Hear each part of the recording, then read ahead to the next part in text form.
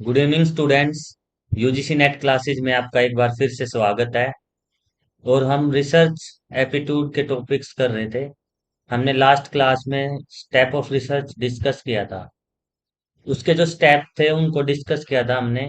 उसके बाद जो हमारा फर्स्ट स्टेप था फॉर्मुलेशन ऑफ रिसर्च प्रॉब्लम, इसको थोड़ा डिटेल में डिस्कस किया था। बाकी के जो हमारे रिसर्च स्टेप है आज, चाहे वो preparing research design, developing collection instrument, sampling, data collection, analysing, analysis of data और रिपोर्ट राइटिंग, ये चीजें हम आज पढ़ेंगे।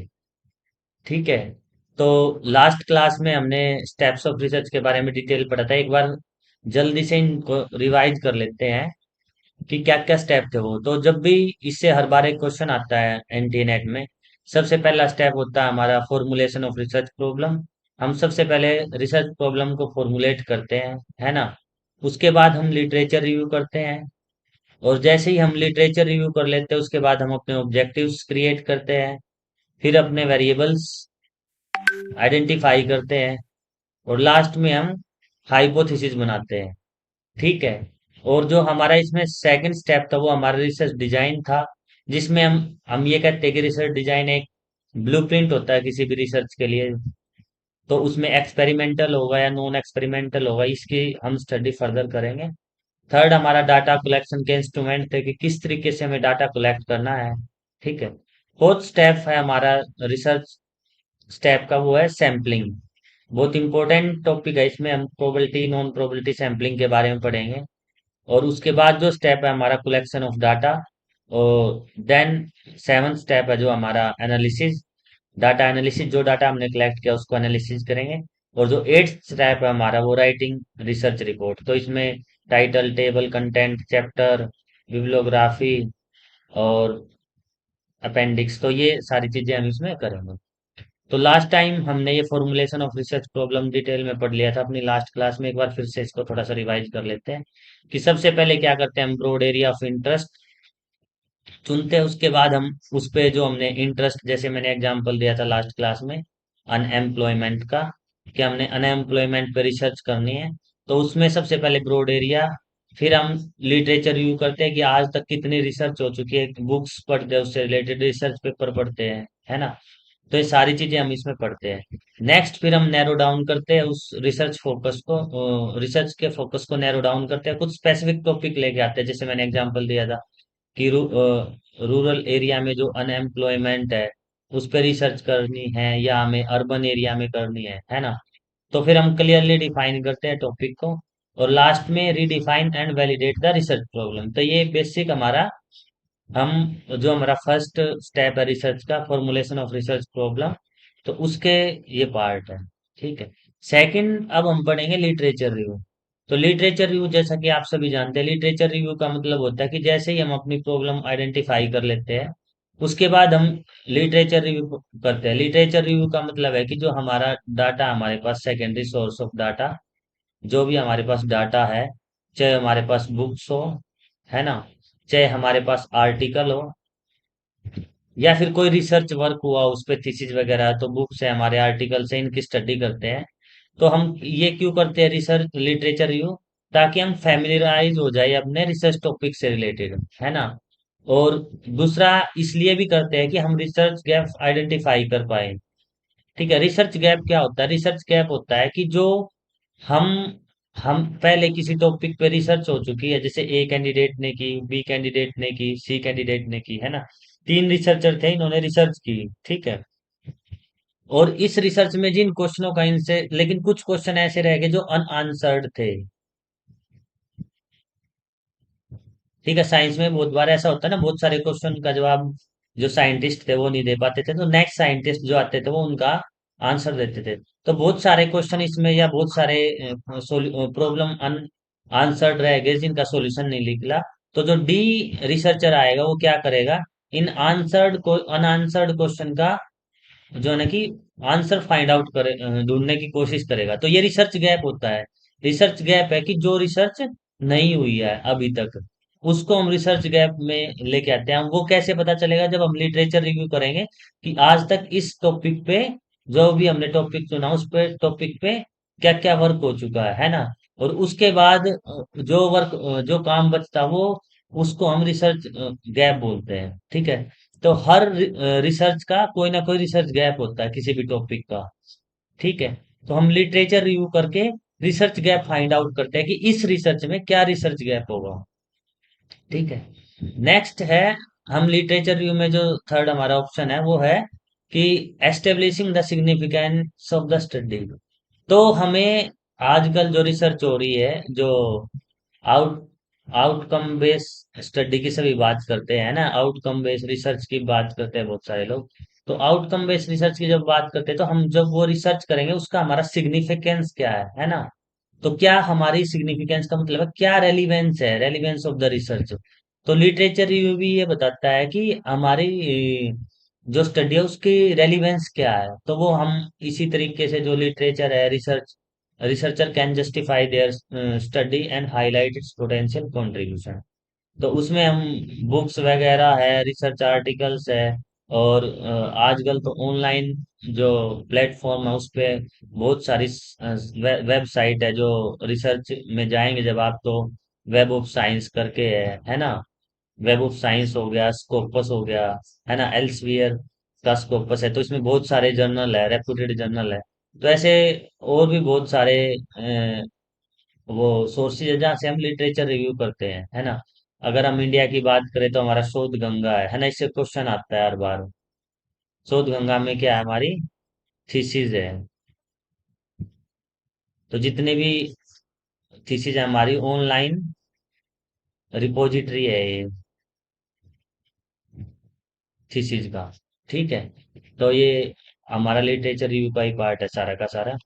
नेक्स्ट जो हमारा इसमें स्टेप आता है रिसर्च का, कि हमने पहले क्या कर लिया, लिटरेचर रिव्यू कर लिया, है ना। लिटरेचर रिव्यू के बाद हम, हमारा सेकंड जो स्टेप है वो हमारा ये ऑब्जेक्टिव्स है ना।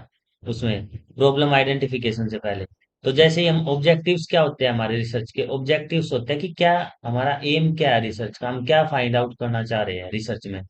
तो ऑब्जेक्टिव का मतलब होता है कि जो स्पेसिफिक गोल होते हैं हमारे, या कोई पर्पज है हमारा, किस लिए हम वो रिसर्च कर रहे हैं। ठीक है। तो ऑब्जेक्टिव ऑलवेज गाइड करते हैं सिलेक्शन ऑफ रिसर्च मेथडोलॉजी। तो जो हमारे ऑब्जेक्टिव्स होंगे उसी के अनुसार हम अपने मेथड्स क्रिएट करेंगे रिसर्च के, क्या कौन कौन से मेथड अप्लाई करेंगे, डाटा कलेक्ट किस तरीके से करेंगे, एनालिसिस किस तरीके से करेंगे, है ना। तो ऑब्जेक्टिव्स एक कई बार क्वेश्चन आता है कि ऑब्जेक्टिव कैसे होने चाहिए। तो हमारे जो इसने शॉर्ट फॉर्म दिए स्मार्ट, तो हमारे स्पेसिफिक होने चाहिए, है ना, जो मीजरेबल हो, अचीवेबल हो, रेलिवेंट हो, है ना, टाइम बाउंड हो। ऐसा ना हो कि हम ऐसे रिसर्च के ऑब्जेक्टिव क्रिएट करते हैं जो जिसको हम मेजर ही नहीं कर पाए, है ना। हमने जो एक्सपेरिमेंट लगाया, वो एक्सपेरिमेंट हमारे पास इंस्ट्रूमेंट ही नहीं है, मशीन ही नहीं है उसको परफॉर्म करने के लिए। और ऐसे भी नहीं है कि जो अनअचीवेबल हो, रेलिवेंट होने चाहिए टॉपिक से, टाइम बाउंड में। पता चले कि आपने रिसर्च स्टार्ट कर दी और पता चला कि वो तो आपको 10 ईयर्स लगा लो तब भी वो रिसर्च पूरी नहीं होगी, है ना। तो हमेशा चीजें आपको ऑब्जेक्टिव्स ऐसे ही क्रिएट करने चाहिए ताकि वो एक टाइम बाउंड में खत्म हो जाए। तो मिनिमम आपका 3 ईयर और मैक्सिमम 5 ईयर में आपकी रिसर्च खत्म हो जाए, पीएचडी। तो ऑब्जेक्टिव्स की ये रेलिवेंस होती है ना। तो यहाँ further following types of objectives होते हैं, जैसे हमारा डिस्क्रिप्टिव ऑब्जेक्टिव्स है ना। डिस्क्रिप्टिव ऑब्जेक्टिव में, जैसे डिस्क्रिप्टिव से पता चल रहा है कि हम वर्णन करेंगे किस चीज का। तो हम इसमें अपने ऑब्जेक्टिव्स को डिस्क्राइब करते हैं कि जैसे for example the objective aim to describe the document the characteristics के बारे में, बिहेवियर के बारे में, फिनोमिना हम स्टडी करते हैं। तो ये सारे के सारे डिस्क्रिप्टिव एग्जाम्पल के, डिस्क्रिप्टिव ऑब्जेक्टिव्स के एग्जाम्पल है। ठीक है। अब नेक्स्ट है हमारा इसमें जो सेकंड है ये एक्सप्लोरेटरी। एक्सप्लोरेटरी ऑब्जेक्टिव्स में क्या करेंगे, हम चीजें एक्सप्लोर करेंगे। जैसे मैंने बताया कि कोई नई इंसाइट आई है, नई थ्योरी आई है ना, कोई हाइपोथेसिस या फर्दर फर्दर इन्वेस्टिगेशन के लिए, है ना।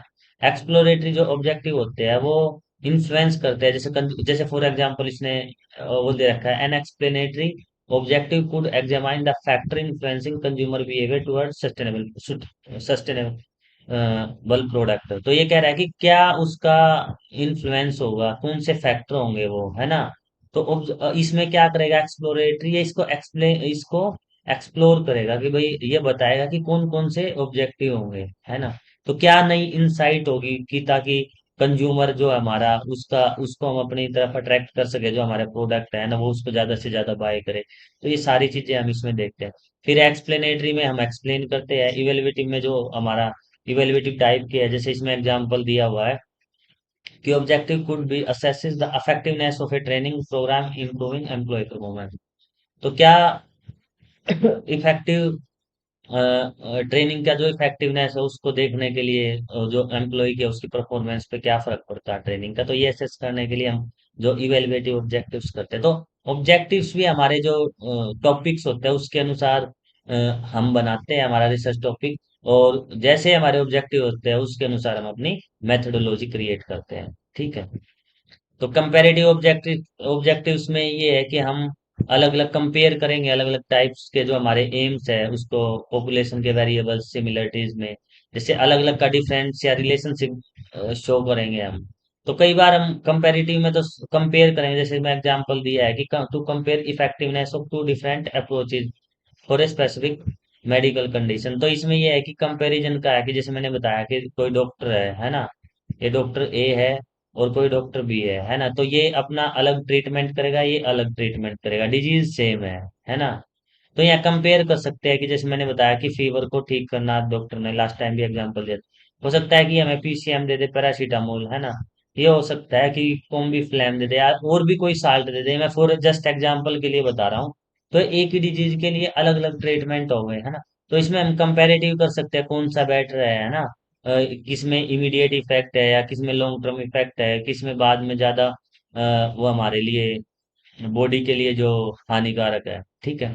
तो ऐसी चीजें हमें इसमें देखने को मिलती है कंपैरेटिव ऑब्जेक्टिव्स में कि हम कंपेयर करते हैं चीजों के लिए। ठीक है। और अभी जो हमारा इम्पोर्टेंट है इसमें कि हमने पहले बात की कि हमारी रिसर्च प्रॉब्लम के बारे में, है ना, फर्स्ट स्टेप। सेकंड था हमारा लिटरेचर रिव्यू, है ना। और थर्ड हमने ऑब्जेक्टिव्स की बात की थी। ठीक है। जब ये तीनों चीजें प्रिपेयर हो जाएगी फिर आता है हमारा कॉन्सेप्ट ऑफ वेरिएबल्स। की वेरिएबल्स क्या होते हैं, हिंदी में हम इसको चर बोलते हैं, है ना। दो चीजें होती है कॉन्सेप्ट, एक तो होता है कांस्टेंट, है ना, एक होता है वेरिएबल। कांस्टेंट होता है जिसकी वैल्यू क्या रहती है, सेम रहती है, जो चेंज ना हो, है ना, वैल्यू सेम रहे, है ना। और वेरिएबल्स क्या होते हैं जिसकी वैल्यू चेंज हो जाए टाइम के हिसाब से या कंडीशंस के हिसाब से। तो कांस्टेंट थिंग हमेशा कांस्टेंट रहती है ना, वो चेंज नहीं होती। और वेरिएबल्स हमेशा चेंज होते रहते हैं। जैसे for example sun always rise in the east, सूर्य हमेशा पूर्व से उदय होता है ना। या फिर ये तो ये यूनिवर्सल ट्रूथ है ना। वेरिएबल्स है, वेरी करते हैं। आपने कहा कि भाई हर बार है ना मार्च के महीने में, है ना, बारिश होती है। हो सकता है कि इस साल मार्च में ना हो, अप्रैल में हो जाए, है ना, जून में हो जाए या फरवरी में भी हो जाए। तो इस तरीके से जो चीजें वेरी करे, जो कोई कांस्टेंट नहीं होती, स्थिर नहीं होती, उसको वेरिएबल्स बोलते हैं। तो वेरिएबल्स जब हम रिसर्च की बात करते हैं तो अपने रिसर्च में भी हम वेरिएबल्स क्रिएट करते हैं ताकि हम रिलेशंस फाइंड आउट कर सके, है ना, एक चीज का दूसरे पे असर पड़ सके।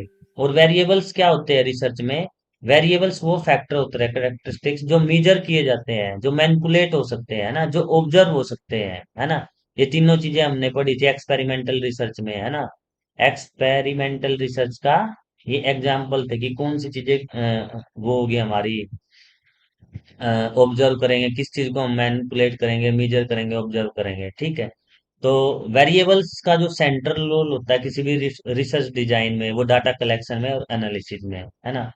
तो वेरिएबल अलग अलग टाइप के होते हैं, है ना। तो जो सबसे पहले वेरिएबल के बारे में पढ़ेंगे हम, तो हमारा इंडिपेंडेंट वेरिएबल, है ना। तो ये टॉपिक थोड़ा ध्यान से पढ़ना, इससे हर बार क्वेश्चन आता है ना। तो अगर आपका कोई क्वेश्चन है तो आप कमेंट करके पूछ सकते हैं इसमें। ठीक है। या आपको चीजें समझ में आ रही है या नहीं आ रही है ना, या कोई भी डाउट हो तो आप मुझसे पूछ ले कमेंट करके। लेकिन जो वेरिएबल्स का टॉपिक है ये काफी इंपॉर्टेंट है। तो सबसे पहले हम बात करेंगे इंडिपेंडेंट वेरिएबल की। तो आई वी भी लिख देते हैं बहुत बार इसको, इंडिपेंडेंट वेरिएबल को, है ना। तो इंडिपेंडेंट वेरिएबल क्या होता है कि जैसे फॉर एग्जांपल मैं ले लेता हूँ टीचर का, एक तो है टीचर, है ना, और दूसरा क्या है, स्टूडेंट। ठीक है। टीचर और स्टूडेंट्स है, देखो ये दो एलिमेंट हो गए, किसके एलिमेंट हो गए हमारे, ये क्लासरूम के हो गए, है ना। एक हमारा क्या है, क्लासरूम है। तो क्लासरूम में क्या होगा, टीचर भी है एक, और हमारे पास स्टूडेंट भी है, ठीक है। तो टीचर क्या करता है, टीचर जो टीच करेगा स्टूडेंट को, स्टूडेंट लर्न करेगा वो, है ना। तो इंडिपेंडेंट वेरिएबल क्या कौन होता है, कि independent variable is also known as the manipulated, जिसको हम मैनिपुलेट कर सके, है ना, जो एक्सपेरिमेंटल हो, और जिसको हम ट्रीटमेंट वेरिएबल भी कहते हैं। तो कई बार क्वेश्चन आता है कि मैनिपुलेटेड वेरिएबल क्या है, एक्सपेरिमेंटल वेरिएबल क्या है, ट्रीटमेंट वेरिएबल क्या है। तो इंडिपेंडेंट वेरिएबल कोई ही हम जो है ना कि मैनिपुलेटेड वेरिएबल बोलते हैं, इसी को हम एक्सपेरिमेंटल बोलते हैं, और इसी को हम ट्रीटमेंट वेरिएबल बोलते हैं, ठीक है। तो मेनली क्या होता है कि मैनिपुलेट हो जाता है बाय द रिसर्चर। अब जब टीचर है, टीचर क्या है, टीचर एक इंडिपेंडेंट वेरिएबल है ना। स्टूडेंट क्या है, डिपेंडेंट वेरिएबल है। तो स्टूडेंट क्या, किस पे डिपेंड है, टीचर पे डिपेंड है ना। भाई टीचर जो क्लास में पढ़ाएगा वही तो स्टूडेंट लर्न करेगा ना। तो अगर हम क्लासरूम टीचिंग की बात कर रहे हैं तो, है ना, तो ये क्या है, डिपेंडेंट वेरिएबल, ठीक है। ठीक है, तो टीचर क्या है क्लास में इंडिपेंडेंट वेरिएबल, और स्टूडेंट क्या है, डिपेंडेंट है। इसका मतलब है कि टीचर जैसे जैसे अपने आप में मैनिपुलेट करेगा, जैसे जैसे बदलाव करेगा, वो उसका असर किस पे पड़ेगा, स्टूडेंट पे पड़ेगा, है ना। भाई टीचर अच्छा पढ़ाएगा तो स्टूडेंट अच्छा लर्न करेंगे, है ना। टीचर अच्छे अच्छे एग्जाम्पल कोट करेगा जो एग्जाम में आएंगे, तो स्टूडेंट की जो लर्निंग कैपेसिटी होगी, या जो स्टूडेंट का पेस लर्निंग होगी, वो किस एग्जाम ओरिएंटेड होगी, है ना। स्टूडेंट क्लास में कॉम्पिटिटिव एग्जाम की तैयारी कराएगा, तो बच्चे भी जो है ना कि कॉम्पिटिटिव एग्जाम क्लियर करेंगे। तो टीचर क्या है, टीचर क्या करवा अपने आप को मैनिपुलेट, है ना। अब स्टूडेंट मैनिपुलेशन अलाउड नहीं है, क्योंकि स्टूडेंट डिपेंडेंट वेरिएबल है। अब स्टूडेंट क्या है, टीचर जो पढ़ाएगा उसी पे डिपेंडेंट है। मैं ये बात क्लासरूम कम्युनिकेशन की कर रहा हूँ, है ना। आपको कि सर आजकल तो यूट्यूब का और सोशल मीडिया या ऑनलाइन जो एजुकेशन है उसका एरा है, तो वो ब्लेंडेड लर्निंग की हम बात करते हैं, है ना, वो ऑनलाइन ऑफलाइन की जो आज के टाइम की है। लेकिन ये मैं क्लासरूम टीचिंग की बात कर रहा हूँ, जिसमें लेक्चर मेथड की, जैसे पेपर वन में आपने यूजीसी उसके टीचिंग एप्टीट्यूड में पढ़ा होगा, लेक्चर मेथड में। तो लेक्चर मेथड में टोटली स्टूडेंट किस पे डिपेंडेंट होते हैं, टीचर पे है। तो टीचर क्या है यहाँ, इंडिपेंडेंट वेरिएबल, स्टूडेंट क्या है, डिपेंडेंट वेरिएबल, ठीक है। तो इंडिपेंडेंट वेरिएबल क्या हुआ, कि जिसको मैनिपुलेट करने, जो मैनिपुलेट हो जाए, है ना। और डिपेंडेंट वेरिएबल क्या हुआ, कि the dependent variable is the variable that changes as a result of change made on the independent variable, ठीक है। तो डिपेंडेंट वेरिएबल क्या हो गया, कि डिपेंडेंट वेरिएबल वो वेरिएबल है जिसका रिजल्ट चेंज हो जाए इंडिपेंडेंट वेरिएबल के चेंज होने से, है ना। तो टीचर है, टीचर के पढ़ाने से स्टूडेंट के लर्निंग में फर्क पड़ेगा। तो टीचर हमारा इंडिपेंडेंट वेरिएबल है क्लास में, और स्टूडेंट हमारा डिपेंडेंट वेरिएबल, ठीक है। तो ये दोनों इंपॉर्टेंट वेरिएबल्स है, इनके कॉन्सेप्ट आप ध्यान से पढ़ लेना, है ना। थर्ड जो हमारा है इसमें इंटरवीनिंग वेरिएबल, है ना, जिसको हम मीडिएट वेरिएबल बोलते हैं, जो स्टूडेंट और टीचर के बीच में इंटरमीडिएट करेगा, है ना। अब हम दूसरे एग्जाम्पल से समझते हैं इंटरवीनिंग वेरिएबल को। तो इंटरवीनिंग वेरिएबल क्या है, कि जो हेल्प करे, किसको एक्सप्लेन करे में, relationship between independent and dependent variable. तो जो टीचर स्टूडेंट के रिलेशन को समझने में मदद करे, या स्मोकिंग जो मैंने एग्जांपल लिया इसमें स्मोकिंग और लंग्स कैंसर को समझ में एक्सप्लेन करे। अब क्या स्मोकिंग, तो क्या है हमारा, स्मोकिंग है हमारा इंडिपेंडेंट वेरिएबल, ठीक है। और लंग्स कैंसर क्या है हमारा, डिपेंडेंट वेरिएबल,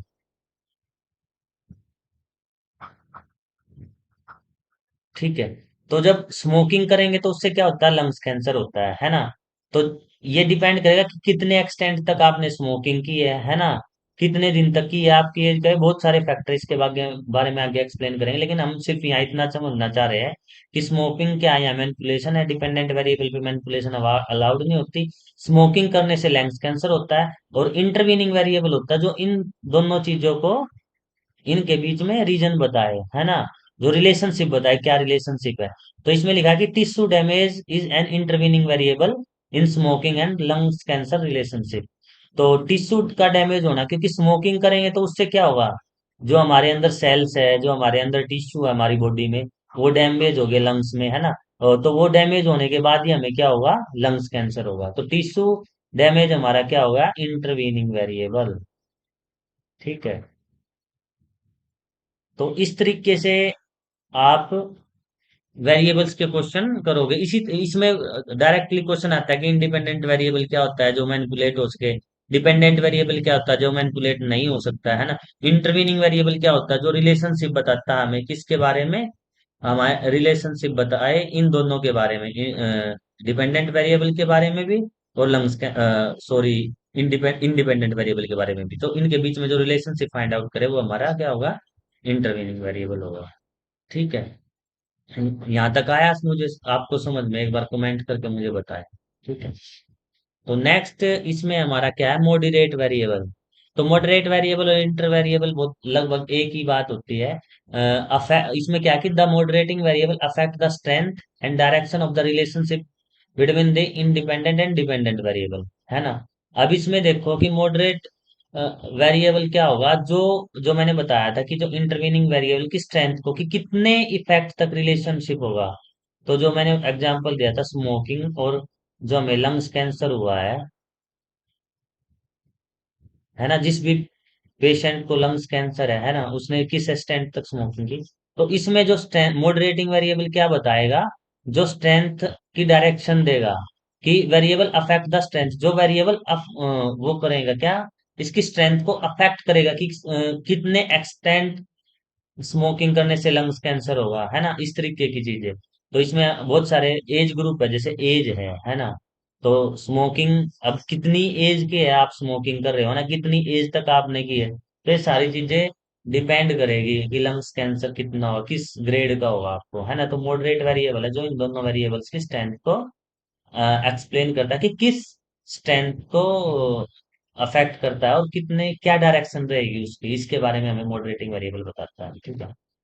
अब देखो ये एग्जांपल देखो जिसकी हम बात कर रहे थे, यहाँ स्मोकिंग है ना। तो हमने बताया कि जो स्मोकिंग है, स्मोकिंग से क्या हो रहा है कि हार्ट डिजीज है, हार्ट डिजीज कह लो या आप लंग्स कैंसर कह लो, है ना। ठीक है। आप कुछ भी यहाँ ले सकते हैं। तो हमारा स्मोकिंग क्या था, इंडिपेंडेंट। ठीक है। और ये सारे के सारे रिलेशनशिप हमारे जो ये एक्सट्रेनियस वेरिएबल है ना, जो इन दोनों से अलग हो। जैसे एज क्या है पर्सन की, है ना, किस एज का पर्सन स्मोकिंग कर रहा है उससे पता चलेगा, किस एक्सटेंट तक उसने स्मोकिंग की है ना, कितने टाइम तक उन्होंने स्मोकिंग की है ना, 10 साल हो गए, 20 साल हो गए, है ना। और एक्सटेंट ऑफ डेली एक्सरसाइज, वो एक्सरसाइज भी करते हैं या नहीं करते। तो ये सारे फैक्टर डिपेंड करते हैं, और ये सारे के सारे हमारे क्या कहलाते हैं, एक्सट्रेनियस वेरिएबल। तो एक्सट्रेनियस वेरिएबल का भी बहुत बार क्वेश्चन आता है एग्जाम में, है ना। तो इसको हम एक्सट्रेनियस वेरिएबल को ही हम जो है ना कि कंट्रोल वेरिएबल भी, है ना, अभी मैं आगे बताऊंगा इसके बारे में, कंट्रोल वेरिएबल और हमारा कंफाउंडिंग।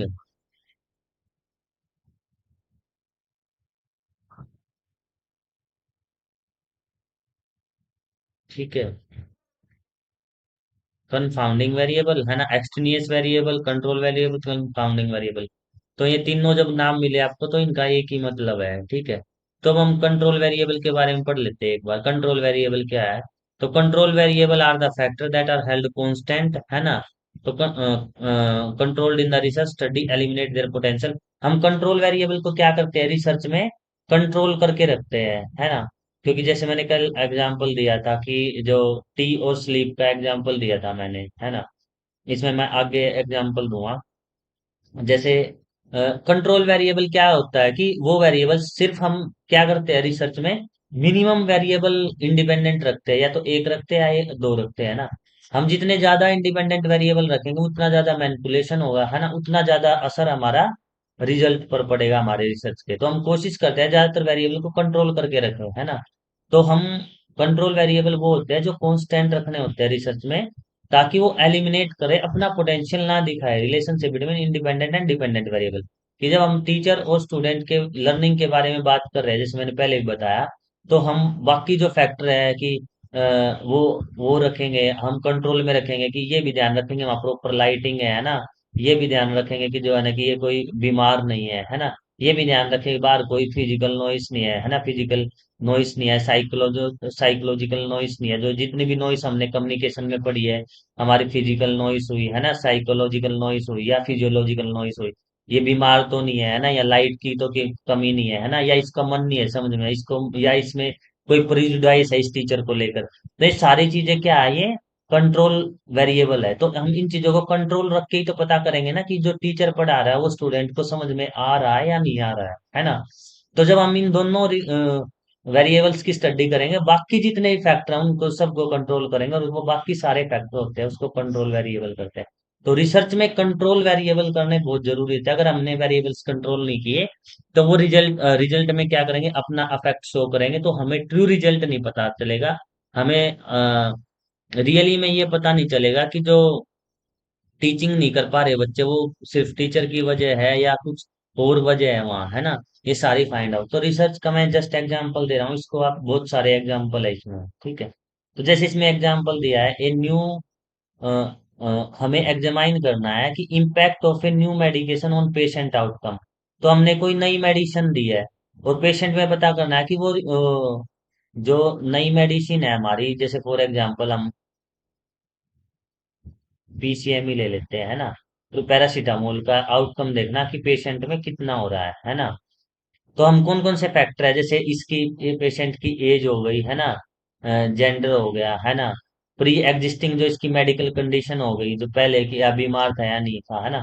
ये सारी की सारी कंडीशन हमें क्या करनी पड़ेगी, नॉर्मल करनी पड़ेगी। नॉर्मल करने का मतलब है कि कांस्टेंट करनी पड़ेगी, ताकि इनकी वजह से तो कोई इस पे अफेक्ट ना पड़े ना। जब हम एक्सपेरिमेंट करें, जब हम पीसीएम पेशेंट को दें और उससे देखना है कि उसका फीवर ठीक हो रहा है नहीं हो रहा, तो हम ये जज करेंगे कि बाकी जितनी कंडीशन है वो नॉर्मल होनी चाहिए, ताकि हमें पीसीएम का ही जो इफेक्ट है वो ही पता चले पेशेंट पे।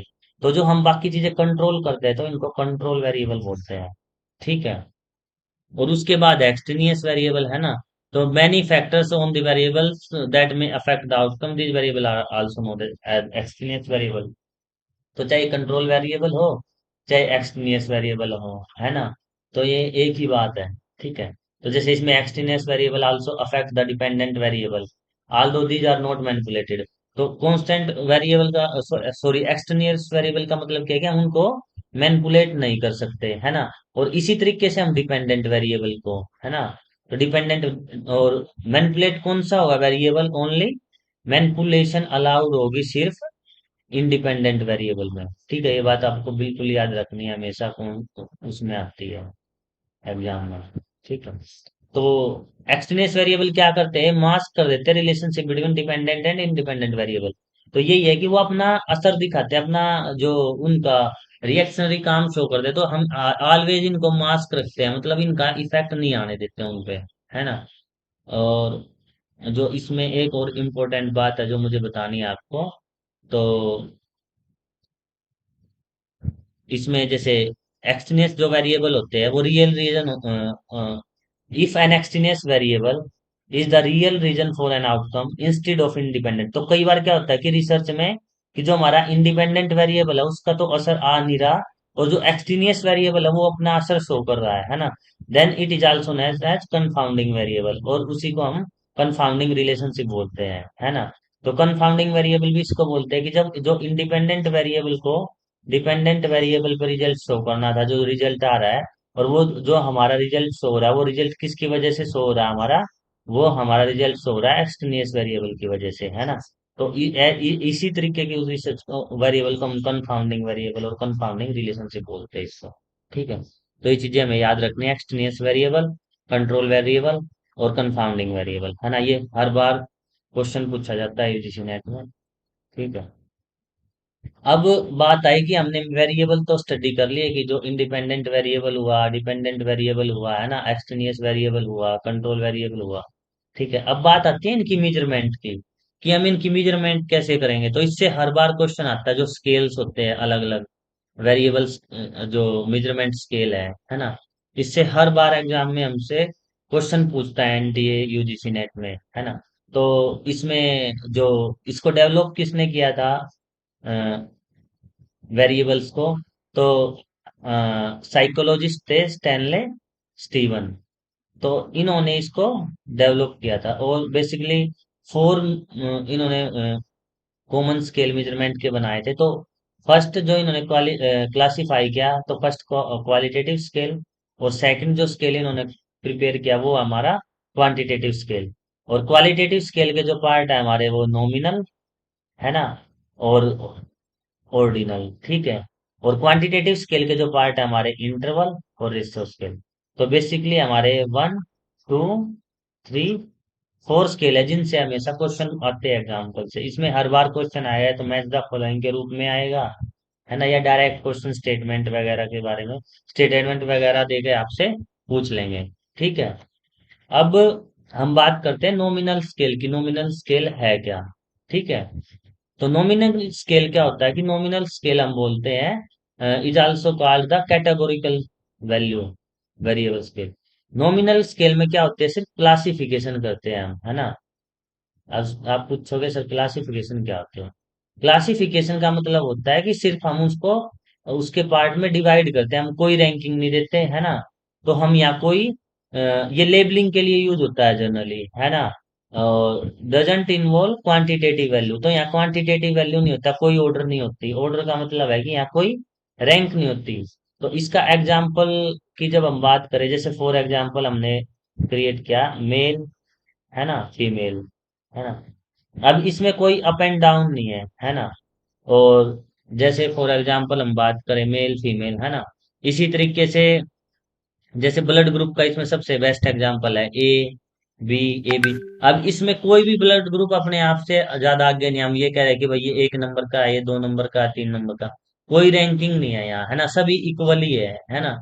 तो जहाँ चीजें सिर्फ क्लासीफाई करनी हो हमें, है ना, सिर्फ ओनली क्लासिफिकेशन हो, है ना, या कैटेगोरिकल चीजों को डिवाइड करना हो जहाँ कोई रैंक वगैरह ना हो, तो उस स्केल को बोलते हैं हम नॉमिनल स्केल, ठीक है। तो ये हमारा सबसे फर्स्ट लेवल का स्केल बोलते हैं इसको। फर्स्ट लेवल ऑफ स्केल है ये हमारा, ठीक है। तो इसके एग्जांपल हमने देख लिए, जेंडर को टू सब्जेक्ट कैटेगरीज में डिवाइड कर दिया हमने, मेल फीमेल। ब्लड ग्रुप को हमने 4 में ए बी, या इससे भी ज्यादा जो हम कोई भी क्लासिफिकेशन है कि यहाँ मेन जो क्वेश्चन है, क्वेश्चन ये है कि उसमें कोई भी हम एक तो क्वांटिटेटिव वैल्यू नहीं दे रहे, है ना, और दूसरा कोई भी हायरार्की नहीं है वहाँ, है ना, किसी में भी ऑर्डर नहीं है, किसी में भी हम रैंक नहीं दे रहे, सभी क्या है, इक्वल है ना, इक्वल फुट्स पे है। तो ये हमारा नॉमिनल स्केल हुआ, ठीक है। नेक्स्ट हमारा क्या होता है, और क्या है, ऑर्डिनल स्केल। तो ऑर्डिनल स्केल में क्या आती है, रैंकिंग। अब जैसे फर्स्ट में क्या थी, सिर्फ क्लासिफिकेशन थी, है ना। इसमें क्या होगी ऑर्डिनल स्केल में, हमारा ऑर्डिनल स्केल जो होगा वो क्वांटिटेटिव भी होगा और ये क्वालिटेटिव भी होगा। बल्कि नॉमिनल स्केल क्या था हमारा, नॉमिनल स्केल हमारा सिर्फ क्वालिटेटिव है ना। और ऑर्डिनल स्केल हमारा क्या होगा, ये क्वांटिटेटिव भी है हमारा और ये क्वालिटेटिव स्केल भी है ना। क्वांटिटेटिव क्यों कहते हैं, क्योंकि ये जैसे परसेंटेज की टर्म में हो, है ना। और क्वालिटेटिव किस तरीके से होगा, जैसे हमारा हमने कहा कि भाई क्लास में हमने एक स्टडी की, तो वहाँ अबव एवरेज भी स्टूडेंट थे, एवरेज स्टूडेंट भी थे, बिलो एवरेज स्टूडेंट भी थे। तो हमने ये जो 3 कैटेगरी करके क्लासिफाई किए हैं, तो इसमें हमने यहाँ क्या दे दी, रैंक दे दी। रैंक कैसे दी, क्योंकि अबव ये लगा लिया हमने एवरेज, है ना, ठीक है, फॉर एवरेज, है ना। मान लिया कि 50 जिनके मार्क्स आए आउट ऑफ 100 वो हमारी एवरेज होगी, है ना। और अबव एवरेज में हमने वो स्टूडेंट ले लिए जैसे 70/100 या 70 के अप्रोक्स, है ना। और बिलो एवरेज में जो 50 से कम मार्क्स है, मान लिया 40 आ गए किसी के, उससे भी कम। तो बिलो एवरेज, एवरेज और अबव एवरेज। अब इसमें क्या हायरार्की आ गई, रैंकिंग आ गई, भाई ये फर्स्ट नंबर पे है, ये इससे नीचे है और ये इससे नीचे है। तो इसमें दोनों चीजें होगी, क्या होगी, एक तो इसमें हमने क्या कर दिया, क्लासिफिकेशन कर दी, है ना, क्लासिफिकेशन, ठीक है। दूसरा हमने क्या दे दी, यहाँ रैंकिंग दे दी। तो जिसमें दोनों चीजें हो जाए उस स्केल को बोलते हैं हम ऑर्डिनल स्केल। मुझे कमेंट करके बताओ ये दोनों स्केल आपको समझ में आए या नहीं आए, क्योंकि ये बहुत इंपॉर्टेंट है, हर बार इससे क्वेश्चन आते हैं एग्जाम में, हमसे क्वेश्चन पूछते हैं, ठीक है। ये दोनों चीजें बताओ मुझे एक बार, आपको समझ में आई या नहीं आई, ठीक है, नॉमिनल और ऑर्डिनल स्केल के बारे में, ठीक है। अब जैसे इसमें एक और एग्जांपल दिया, सोशियो इकोनॉमिक बैकग्राउंड पे हम सोसाइटी को कैटेगराइज करते हैं ना, कि भाई लोअर क्लास है, मिडिल क्लास है, हायर क्लास है, लोअर इनकम है ना, lower middle, middle higher middle. तो ये सारे के सारे क्या है, ये भी एक क्लासिफिकेशन भी है, और इसमें हमने क्या दिया है, रैंकिंग भी दी है, हाँ ना। तो अपर, ये हायर क्लास अपर हो गई, ये मिडल हो गई, ये लोअर हो गई, तो इसमें क्या है कि ऊंच नीच का सेस है, मतलब इसमें रैंकिंग आ गई। ठीक है, तो जहाँ रैंकिंग आ जाए उसको ऑर्डिनल स्केल बोलते हैं। और थर्ड जो हमारा स्केल है, इंटरवल। अब आपको इंटरवल स्केल की बात करते हैं। इंटरवल स्केल में क्या होगा, जैसे नाम से ही पता चल रहा है, इंटरवल एक स्पेसिफिक इंटरवल आएंगे, है ना। स्पेसिफिक इंटरवल में हम क्या करेंगे, जो स्पेसिफिक इंटरवल आएंगे, जैसे फॉर एग्जांपल हम पढ़ते हैं 0 से 5, 5 से 10, है ना, 10 से 15, है ना, ये ऐसे फ्रीक्वेंसी के चार्ट पर रहते हैं ना। 0 से 5 मार्क्स आए हैं 10 बच्चों के, 5 से 10 मार्क्स आए हैं 20 बच्चों के, है ना, और 10 से 15 के बीच में है 30 बच्चों के, तो टोटल 50 स्टूडेंट थे, है ना। तो उनका ये रहा। ठीक है, तो हमने क्या कर दिया कि इंटरवल में डिवाइड कर दिया। तो इंटरवल में क्या होगा, एक स्पेसिफिक टाइम पीरियड के बाद, है ना। तो इंटरवल स्केल क्या होता है कि जिसमें ऑर्डिनल की सभी करेक्टरिस्टिक्स हो, मतलब वो क्लासिफिकेशन भी हो उसमें, है ना। क्लासिफिकेशन किसकी थी, नॉमिनल स्केल की, है ना, उसमें नॉमिनल स्केल की भी वैल्यू हो। दूसरा क्या हो, उसमें ऑर्डिनल स्केल की भी वैल्यू हो, मतलब उसमें रैंकिंग भी हो, है ना। और साथ में क्या हो कि एक आर्बिट्रेरी स्टार्टिंग पॉइंट और एक टर्निंग पॉइंट हो, है ना। जैसे फॉर एग्जांपल सबसे बेस्ट एग्जांपल है इसमें टेम्परेचर का। टेम्परेचर का क्या, 0 डिग्री, 0 डिग्री सेल्सियस से लेके 100 डिग्री सेल्सियस तक। तो 0 से 100 के बीच में क्या है, एक स्केल आ जाएगी भाई, 0 से लेके 1 डिग्री सेल्सियस, 1 से 2, है ना, 2 से फिर 3, तो ऐसे ऐसे कर करके अप टू 100 डिग्री सेल्सियस तक। तो इसमें क्या है, एक मिनिमम वैल्यू भी है और एक अपर वैल्यू भी है सेल्सियस स्केल में, है ना। और इनके बीच में एक स्पेसिफिक गैप है, जैसे 1 1 का गैप है ना। तो इस स्केल को हम बोलते हैं इंटरवल, और इंटरवल स्केल। ठीक है, अब लास्ट में हमारा जो फोर्थ स्केल आता है, वो आता है हमारा रेशो स्केल, है ना। तो रेशो स्केल क्या होता है, ये क्वांटिटेटिव डाटा के लिए आता है। और क्वांटि और रेशो स्केल क्या करता है कि इसमें सभी वैल्यू होती है, उसमें क्लासिफिकेशन भी होगी, और ऑर्डिनल की भी वैल्यू होगी इसमें, और इंटरनल की वैल्यू भी होगी, है ना। तो ratio scale consist equidistance point and meaningful zero point. तो कई बार क्वेश्चन आता है कि जीरो पॉइंट और एब्सोल्यूट जीरो किस स्केल का पार्ट है, तो ये रेशो स्केल का पार्ट है। अब इसको आपको ये ऐसे समझ में आएगा, ये एग्जांपल देखो कि the difference between any two years would always be the same and zero significant the absence of age and birth. अब इसमें देखो कि a 20 year old person is twice the age of 10 year old. अब for example हमने देखा कि जो ए है, ए की एज कितनी है, 20, है ना। बी की एज कितनी है हमारी, जो सेकंड है, बी की एज है 10। तो ये कितनी ज्यादा है इससे, तो हम इसको 20 - 10 करेंगे, तो ये 10 ही तो ज्यादा हुई ना।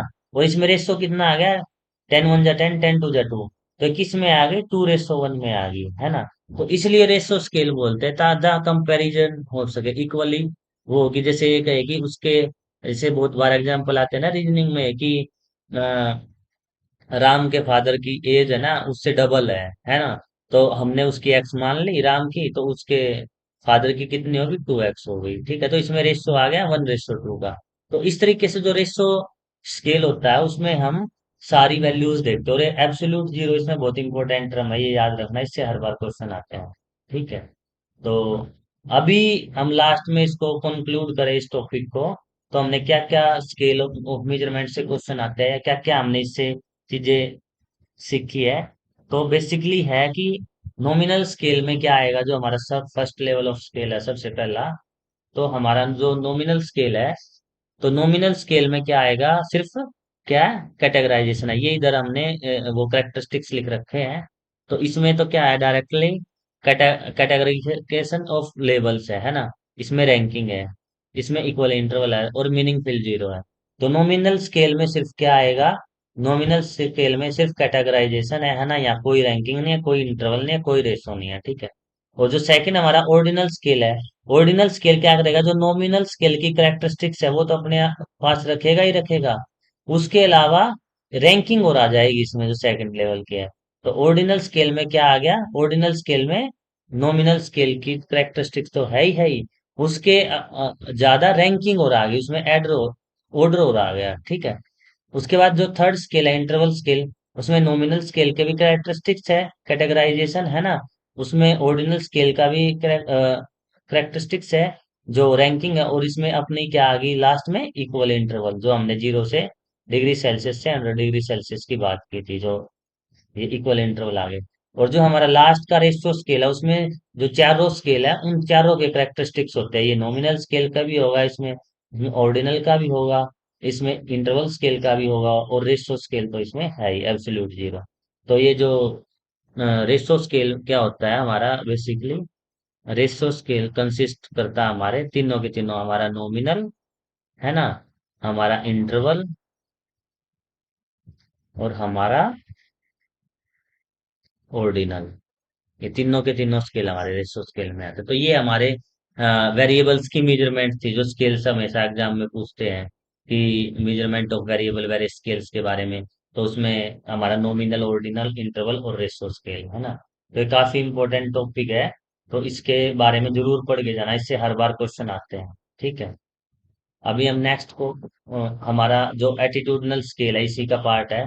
तो कई बार क्या करते हैं कि हम जो रिसर्चर होते हैं वो एटीट्यूड मेजर करते हैं, एटीट्यूड मेजर करने के लिए एटीट्यूडनल स्केल होते हैं, है ना। तो जैसे if you want to ascertain attitude of a teacher toward a teacher, sorry, student का जो एटीट्यूड मेजर है, attitude of a students toward a teacher, है ना, क्या एटीट्यूड है, ठीक है, ये मेजर कर रहे हैं आप, है ना। तो इसमें क्वेश्चन एयर फ्रेम करेंगे हम, है ना। उसमें अलग अलग तरीके के क्वेश्चन होंगे, ओपन एंडेड, क्लोज एंडेड। तो ओपन एंडेड क्वेश्चन का तो आपको पता है, ओपन एंडेड होता है जिसमें सब्जेक्टिव आंसर दिखना है, कि फॉर एग्जांपल आपको कोई प्रोग्राम में गए, इवेंट में गए, तो उस यहाँ आकर कैसा लगा, तो आप अपना एक्सप्लेन करोगे, तो हमारा ओपन एंडेड होता है। और क्लोज एंडेड होता है जहाँ हमें लिमिटेड ऑप्शन दिए जाते हैं, जैसे फॉर एग्जाम्पल मैंने एटीट्यूड का बताया था कि आप स्ट्रोंगली एग्री करते हो इस बात से, एग्री करते हो, डिस अनडिसाइडेड है, डिसएग्री करते हो, स्ट्रांगली डिसएग्री। आजकल जो गूगल फॉर्म आते हैं हमारे पास, है ना, ऑनलाइन भरने के लिए, जो रिसर्चर भेजते हैं, या कंपनीज वगैरह एडवर्टीजमेंट या मार्केटिंग के लिए, बेसिकली इसी तरीके के आते हैं कि आप हमारी जो उससे एग्री हो, डिसएग्री हो, है ना, आप इस बात से सहमत हो, अनसहमत। तो क्लोज एंडेड क्वेश्चन इस तरीके के एटीट्यूडनल स्केल मेजर करते हैं रिसर्चर। और आजकल आपको व्हाट्सएप ग्रुप में आपको जो रिसर्चर है, इस इन्हीं क्वेश्चन एयर के इर्द गिर्द आपको रिसर्च करते मिलेंगे, है ना, ऐसे बहुत सारे आंसर दिखेंगे आपको। ठीक है। दूसरा जो इसमें इंपॉर्टेंट बात है, एटीट्यूडनल स्केल में लिकर्ट स्केल कई बार पूछ लिया जाता है एग्जाम पे। तो लिकर्ट स्केल क्या होता है, बेसिकली ये रेटिंग स्केल होता है सोशल साइंस में। It consist series of statement, items, respondent level, agree disagree. तो जो जिसकी बात मैं ऊपर कर रहा था वो स्केल है कि आप किसी बात से स्ट्रांगली एग्री करते हो, डिसएग्री करते हो, न्यूट्रल हो उसको लेकर, डिसएग्री हो, स्ट्रांगली डिसएग्री हो। तो ये सारी की सारी चीजें किस में आती है, हमारे लिकर्ट स्केल है। जब हम इस तरीके से स्टडी करते हैं एटीट्यूड को मेजर करने के लिए, तो इस तरीके की स्टडी को हम लिकर्ट, इस तरीके से जब हम मेजर करते हैं एटीट्यूड को, तो वो लिकर्ट स्केल के जरिए मेजर करते हैं, है ना। क्योंकि कोई चीज मेजर करने के लिए कोई ना कोई तो स्केल चाहिए ना हमें। जैसे लेंथ को हम मीटर में, सेंटीमीटर में, है ना, किलोमीटर में मेजर करते हैं, वेट को हम किलोग्राम में, है ना। तो एटीट्यूड को भी तो किसी चीज में मेजर करेंगे ना, तो उसके लिए स्केल डेवलप होंगे। तो ये जैसे लीकर्ट स्केल है। सेकंड है थर्स्टोन स्केल। तो थर्स्टोन स्केल में क्या होता है कि जैसे कोई आपसे एग्री है, डिसएग्री है, तो ये पूछते हैं ना, आप कितने परसेंट डिसएग्री, आप 10% एग्री है ना, या 20% एग्री है ना, या 50% एग्री है। डिसएग्री हो तो आप 10% हो, 20% हो, या 30% हो। तो इसमें क्या होता है कि थ्रस्टोन स्केल में जब आप कोई वैल्यू एसोसिएट कर देते हो इससे, है ना, कोई नंबर एसोसिएट कर देते हो, है ना, तो उसको हम बोलते हैं थ्रस्टोन स्केल। तो नॉर्मली जब हम बात कर लीकर्ट स्केल में, तो क्या होता है, एग्री हो, डिसएग्री हो, तो लीकर्ट स्केल का पार्ट है ना। जब इसके साथ आप कोई ना कोई वैल्यू एसोसिएटेड करते हैं, आप 10% एग्री हो, 20% एग्री हो, 30% एग्री हो, जब इन चीजों को आप करोगे, तो ये इसके साथ एसोसिएट होके हमारा बनता है थ्रस्टोन स्केल। ठीक है। और उसके बाद है हमारा लास्ट का गटमैन स्केल। गटमैन स्केल क्या होता है, रेटिंग स्केल है, ये भी एक तरीके का। आजकल रेटिंग तो चलती है ना, ऑनलाइन वगैरह रेटिंग है, या आपने प्रोडक्ट खरीदा है ना, उसकी, या कोई कंपनी का कोई नया प्रोडक्ट लॉन्च होने वाला है ना, या किसी आप डिसएग्री हो, एग्री हो, जैसे बहुत सारे एजुकेशनल ऐप भी है, वो भी आपसे फिल कराते हैं कि आप जो टीचर ने पढ़ाया उससे एग्री हो, डिसएग्री हो, आप क्या इंप्रूवमेंट होनी चाहिए, इस तरीके से। तो फॉर एग्जांपल है, जैसे गटमैन स्केल में क्या होता है कि it small presenting of pair, opposite adjective होते हैं इसमें, है ना। तो जैसे आप honest, dishonest, friend, unfriendly, trustworthy, untrustworthy, efficient inefficient, reliable unreliable, innovative conventional. तो जब आप बाइनरी रूप में देखते हैं, है ना, और वो अपोजिट है, इन चीजों को जब आप मीजर करते हैं गट स्केल के जरिए, उसको हम गटमैन स्केल बोलते हैं। ठीक है। इसमें बाइनरी होगी बेसिकली गटमैन स्केल में, और ओपिनियन होगी पीपल्स की अपोजिट एडजेक्टिव्स के साथ। ठीक है। अ, तो ये था हमारा बेसिकली क्या, स्केल के बारे में। ठीक है। तो ये हमने आज वेरिएबल्स के बारे में पढ़ा इसके, है ना। तो उसके बाद आता है हमारा हाइपोथेसिस, है ना। अब हम हाइपोथेसिस पढ़ते हैं, जो हमारा इसमें नेक्स्ट स्टेप है रिसर्च का। तो फर्स्ट क्या था हमारा, रिसर्च प्रॉब्लम, है ना। सेकंड क्या था, लिटरेचर रिव्यू, है ना। थर्ड क्या था हमारा, ऑब्जेक्टिव्स, है ना, है ना। फोर्थ क्या था हमारा, वेरिएबल्स, है ना। अब फिफ्थ क्या आया हमारा, हाइपोथेसिस, है ना। तो इस तरीके से आया, आप क्रोनोलॉजिकल ऑर्डर में भी पूछ सकते हैं इस तरीके से। First research problem, then literature review, objectives, variables and hypothesis. ठीक है। तो ये हाइपोथेसिस से हर बार क्वेश्चन आते हैं एग्जाम में, है ना। तो जब हम हाइपोथेसिस की बात करेंगे, तो हाइपोथेसिस एक्चुअली क्या होती है, हाइपोथेसिस कब बनते हैं, जब हम लिटरेचर रिव्यू करते हैं, है ना। तो हाइपोथेसिस क्या होती है, एक स्पेसिफिक स्टेटमेंट होती है ना। स्पेसिफिक कह लो, या आप बहुत जगह आपको टेंटेटिव स्टेटमेंट लिखा मिलेगा, है ना। टेंटेटिव का मतलब है कि परमानेंट नहीं है ना। तो प्रिडिक्शंस होती है made by the researcher about the relationship between the variables and outcome of the study. तो इसमें रिसर्चर क्या करता है, कुछ हाइपोथेसिस बनाता है अपनी, है ना, रिसर्च करने से पहले, कि मुझे ऐसा लग रहा है कि ऐसी ऐसी चीजें होंगी। बाद में जब हम रिजल्ट डाटा कलेक्ट करेंगे, उसके बाद वेरीफाई करेंगे, तब पता चलेगा कि वो चीजें ठीक थी या गलत थी। लेकिन सबसे पहले क्या करता है रिसर्चर, हाइपोथेसिस क्रिएट करता है। और हाइपोथेसिस क्या होती है हमारी, टेंटेटिव स्टेटमेंट होते हैं। और वो किस पे बेस्ड होते हैं, एग्जिस्टिंग नॉलेज, थ्योरी, ऑब्जर्वेशन और गाइडेंस। तो बहुत सारे बच्चों को कंफ्यूजन रहते हैं कि हाइपोथेसिस तो है ना, हम ऐसे ही क्रिएट कर देते हैं, उसमें कोई फैक्ट वगैरह की जरूरत नहीं होती, है ना, कोई लॉजिक की जरूरत नहीं होती। लेकिन आपको बताते हैं कि hypothesis without existing knowledge, without theory, without observation और विदाउट लॉजिक नहीं बनती, है ना। एक logical and systematic formation of statement he hypothesis होती है हमारी। ठीक है। ये कुछ करेक्टरिस्टिक्स है हाइपोथेसिस के। मैंने बताया था कि सिर्फ एक ही रिसर्च है जिसमें हाइपोथेसिस नहीं बनती। मुझे कमेंट करके बताओ अगर किसी को याद है कि ऐसी कौन सी टाइप ऑफ रिसर्च है जिसमें हाइपोथेसिस नहीं बनती। बाकी सभी रिसर्चेज में हाइपोथेसिस बनती है ना। तब तक मैं इसके बारे में बताता हूँ आपको। तो हाइपोथेसिस क्या है, एक टेंटेटिव प्रोपोजिशन है ना। Valid validity of hypothesis unknown, क्योंकि हाइपोथेसिस की वैलिडिटी पता नहीं होता। वो पता कब चलेगी, जब हम टेस्ट करेंगे हाइपोथेसिस को, अपना डाटा कलेक्ट करने के बाद, है ना। जब डाटा कलेक्ट हो जाएगा हमारा, उसके बाद जब हम एनालिसिस करेंगे, तो उस टाइम पे हम देखेंगे कि हमारी हाइपोथेसिस जो हमने क्रिएट की थी, वो वैलिड थी या इनवैलिड थी। ठीक है। Most of the cases formulating hypothesis specific logical relation between variables. हाँ बिल्कुल, आपने राइट आंसर दिया है सज्जन जी, कि इसमें हिस्टोरिकल रिसर्च ही है जिसमें हाइपोथेसिस नहीं होती। ठीक है। बिल्कुल ठीक है आपका, इसका बहुत बार क्वेश्चन पूछते हैं। तो हिस्टोरिकल रिसर्च एक ऐसी रिसर्च है जिसमें हाइपोथेसिस नहीं बनती। बाकी सभी रिसर्चेज में हाइपोथेसिस बनती है। तो अब हम बात कर रहे थे कि जो formulating of hypothesis specify logical relation होता है बिटवीन वेरिएबल्स के बारे में, है ना। हाइपोथेसिस वो होते हैं कि जो जनरलाइज की जाए, है ना, और सिंपल होती है। ठीक है। तो ये हाइपोथेसिस होता है। हाइपोथेसिस कोई भी अनसाइंटिफिक नहीं होती, है ना। वो कोई ऐसी नहीं होती जो किसी भी लॉजिक पे बेस्ड ना हो, है ना किसी लॉजिक पे बेस्ड होती है हमारी हाइपोथेसिस। इतनी चीजें हमें बस याद रखनी है एग्जाम पॉइंट ऑफ व्यू से। अब इसमें क्या है कि हाइपोथेसिस के भी टाइप है हमारे। जो सबसे पहला टाइप है डिस्क्रिप्टिव हाइपोथेसिस, है ना। डिस्क्रिप्टिव हाइपोथेसिस में क्या करते हैं, हम डिस्क्राइब करते हैं characteristics। For example, the present rate of unemployment in urban area of India is 10%। तो ये कह रहा है कि जो प्रेजेंट बेरोजगारी की दर है हमारे शहरी क्षेत्रों में भारत में, वो कितनी है, 10%। तो ये क्या कर रहा है, एक सिचुएशन को डिस्क्राइब कर रहा है। जैसे मैंने बताया कि अगर आपका अनएम्प्लॉय मेंट टॉपिक है रिसर्च का, है ना, बेरोजगारी, तो उसमें आप कोई ना कोई तो हाइपोथेसिस क्रिएट करोगे ना। जैसे ही आपका टॉपिक क्रिएट वो हो जाएगा, फाइनल हो जाएगा, तो डिस्क्रिप्टिव रिसर्च बनाओगे तो आप इस तरीके से एक्सप्लेन करोगे the present rate of unemployment in urban area of India is 10% की, 10% बेरोजगारी की दर है शहरी क्षेत्र में। ठीक है। और रिलेशनल हाइपोथेसिस में क्या करोगे आप रिलेशनशिप बिटवीन वो बिल्ड करोगे किसके बीच में, वेरिएबल्स के बीच में। जैसे फॉर एग्जांपल है, parents residing in urban area spend more money on education of their children. तो इसमें रिलेशन क्या है कि जो लोग अर्बन एरिया में रह रहे हैं, है ना, वो अपने बच्चों की एजुकेशन पे क्या करते हैं, ज्यादा खर्च करते हैं, है ना। ये बात ठीक भी है ना। तो इसमें रिलेशनशिप बता दिया कि जो अर्बन, दो वेरिएबल हो गए, अर्बन एरिया में जो पेरेंट्स रहते हैं वो एजुकेशन पे जो खर्च करते हैं वो ज्यादा करते हैं, है ना। तो इसके बीच का एक रिलेशन आ गया। तो रिलेशनल हाइपोथेसिस हम इस तरीके से क्रिएट करते हैं, ठीक है।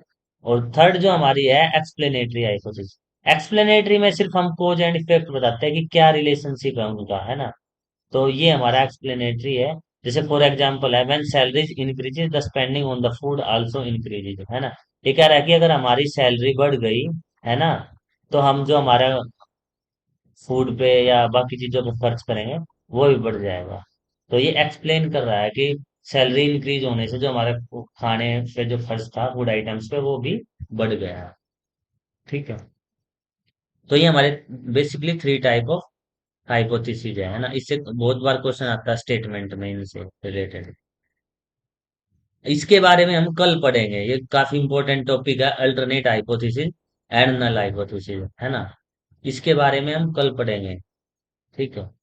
और आज के टॉपिक में वेरिएबल से रिलेटेड या ऑब्जेक्टिव से रिलेटेड किसी को कुछ समझ में नहीं आया हो तो वो मुझे बताओ एक बार, है ना।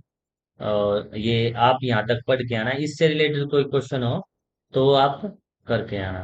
ठीक है। एक बार कमेंट करके मुझे बताओ जितना आज पढ़ा हुआ हमें समझ में आया या नहीं आया। जो स्केल ऑफ मेजरमेंट है ये समझ में आया या नहीं आया, क्योंकि काफी इंपॉर्टेंट स्केल्स है ना। स्केल से हर बार क्वेश्चन आता है। ठीक है। और नॉमिनल, हमारा ऑर्डिनल, इंटरवल और रेशो स्केल, या तो मैच द फॉलोइंग में आएगा, है ना, या फिर हमारे से डायरेक्ट पूछ लेंगे। ठीक है। इससे रिलेटेड किसी का कोई क्वेश्चन हो तो एक बार कमेंट करके बताओ, आपको समझ में आ गया तो भी बताओ, है ना। तो ये आज का हमारा टॉपिक थे, काफी इंपॉर्टेंट है हमारे एग्जाम पॉइंट ऑफ व्यू से। तो जहां से भी आपको क्वेश्चन मिले इससे रिलेटेड, तो थ्योरी पढ़ के क्वेश्चन सोल्व करो, और जैसे ही क्वेश्चन में कोई दिक्कत आए तो आप फिर थ्योरी पे जाओ वापिस, है ना। और कोई प्रॉब्लम हो तो आप मुझसे भी क्वेश्चन पूछ सकते हो कमेंट करके। ठीक है। तो ये काफी इंपॉर्टेंट टॉपिक है हमारा रिसर्च का। तो इससे हर बार क्वेश्चन आते हैं, है ना। ठीक है। तो इतना ही करेंगे आज हम। बाकी हम नेक्स्ट क्लास में पढ़ेंगे हाइपोथेसिस के जो टाइप है, जिसके बारे में हम फर्दर पढ़ेंगे। जैसे अल्टरनेट हाइपोथेसिस है, नल हाइपोथेसिस है, इसके बारे में हम नेक्स्ट क्लास में पढ़ेंगे। मीडिएटिंग वेरिएबल्स और मॉडरेटर वेरिएबल्स में कोई खास डिफरेंस नहीं है ना। मीडिएशन का मतलब है कि वही कि जो उसमें इंटरमीडिएट का, मॉडरेट भी काम यही करता है ना। जब हम मॉडरेट वेरिएबल के बारे में पढ़ रहे थे तो वो ये कि जो इंटरवीनिंग वेरिएबल है ना, जिसकी आप बात कर रहे हो, मीडिएट, मॉडरेट, मीडिएटिंग वेरिएबल, है ना। तो इसमें कोई डिफरेंस नहीं है। हम बेसिकली इसमें यही है कि हमें ये समझना है, चाहे हमारा मीडिएटिंग वेरिएबल हो, है ना, चाहे हमारा इंटरवीनिंग वेरिएबल हो, है ना, चाहे एक्सट्रेनियस वेरिएबल हो, कंफाउंडिंग वेरिएबल हो, ये सारे के सारे कंट्रोल वेरिएबल होते हैं जो हमें कंट्रोल में रखने होते हैं। जो सबसे मेन होते हैं हमारे रिसर्च में वो डिपेंडेंट वेरिएबल और इंडिपेंडेंट वेरिएबल ही होते हैं, है ना। बाकी के सारे हमारे इंटरवीनिंग, तो अलग अलग टाइम पे अलग अलग नाम दे देते हैं इनको हम, है ना, अलग अलग सिचुएशन में। जब हम दोनों के बीच में रिलेशनशिप फाइंड आउट करते हैं तो हम वो उस तरीके से इंटरवीनिंग बोल देते हैं, वही मॉडरेट वेरिएबल होता है। मॉडरेट वेरिएबल में थोड़ा सा एक्स्ट्रा इसलिए होता है क्योंकि वो अफेक्ट करता है स्ट्रेंथ को और डायरेक्शन को। तो moderating variable affect the strength and direction of the relationship. जैसे बताया कि स्मोकिंग और लंग्स कैंसर है, उसमें एज क्या कर रहा है, उसको अफेक्ट करेगा। अब ज्यादा एज होगी तो थोड़ी सी स्मोकिंग करने से लंग्स कैंसर के खतरे बढ़ेंगे। अगर आपकी यंग एज है तो हो सकता है कि वो टाइम ले ले लंग्स कैंसर होने में, है ना। तो moderating variable basically affect of strength के बारे में बताता है, वेरिएबल्स के बीच में जो रिलेशनशिप है वो कितनी स्ट्रेंथ होगी, है ना। और मीडिएटिंग वेरिएबल्स को आप इंटरवीनिंग वेरिएबल बोल सकते हैं, जो जैसे जनरली लंग्स कैंसर है ना, स्मोकिंग से लंग्स कैंसर होता है तो उसमें टिश्यू डैमेज होना आपका है ना। तो टिश्यू डैमेज होना क्या है आपका, इंटरवेनिंग वेरिएबल। ठीक है। तो इससे जब आप क्वेश्चन करोगे ना तो आपको थोड़ा और क्लियर होगा। तो आप जितने ज्यादा क्वेश्चन लगाओगे उतनी ज्यादा थ्योरी आपकी स्ट्रांग होगी। तो यही तरीका होता है अच्छे से स्कोर करने का, अच्छे से कॉन्सेप्ट समझने का। आप एक बार थ्योरी पढ़ो, उसके बाद आप क्वेश्चन देखो कैसे आते हैं, क्वेश्चन सोल्व करो। जो वहां थ्योरी नहीं समझ में आ रही फिर आप थ्योरी पे आओ, फिर क्वेश्चन पे जाओ। तो इस तरीके से जब आप पीवाईक्यू करोगे है ना, या एमसीक्यू लगाओगे रिसर्च के, तो आपके काफी क्वेश्चन ठीक होंगे है ना, कोई क्वेश्चन गलत नहीं होगा आपका। ठीक है। तो आज के लिए thank you very much to join us. बाकी हम नेक्स्ट क्लास में पढ़ेंगे हाइपोथेसिस के टाइप के बारे में, या एरर जो हमारे हाइपोथेसिस के एरर है, टाइप 1 टाइप 2। ठीक है। तो आज के लिए इतना ही, बाकी हम नेक्स्ट क्लास में पढ़ेंगे। Thank you.